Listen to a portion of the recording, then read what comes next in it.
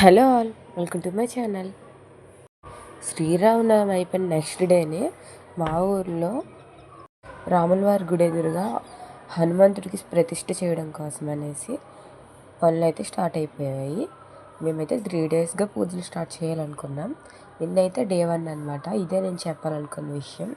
And day 1 అయితే మేమందరం ఇలా కలశాలు పట్టుకుని అందులో మామిడి కొమ్మలు, వాటర్, పసుపు కుంకుమ కలిపేసి ఊరంతా తిరిగాము ఊరేగించుకుంటూ.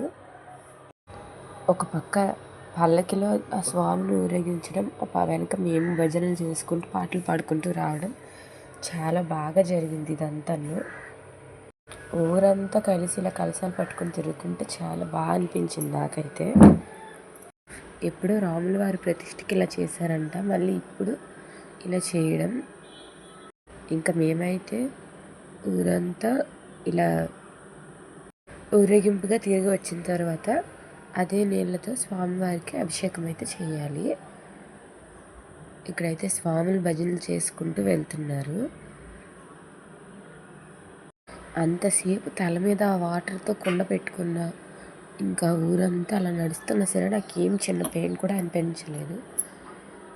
మరి ఏంటి ఆ మ్యాజిక్ అనేది నాకు అర్థం కాలేదు. ఎక్కడ నేను అసలు అది దించలేదు. మళ్ళీ టెంపుల్కి వెళ్ళే వరకు మేమైతే రామాలయంతో స్టార్ట్ అయ్యాం, మళ్ళీ తిరిగి అక్కడికే వచ్చేసాము.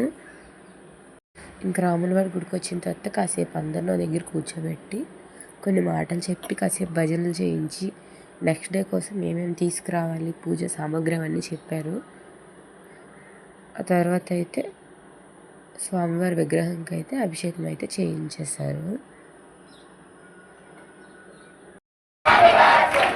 రావాదేవా రావాదేవా నీవు ముత్యాల పల్లకిలో రావాదేవా.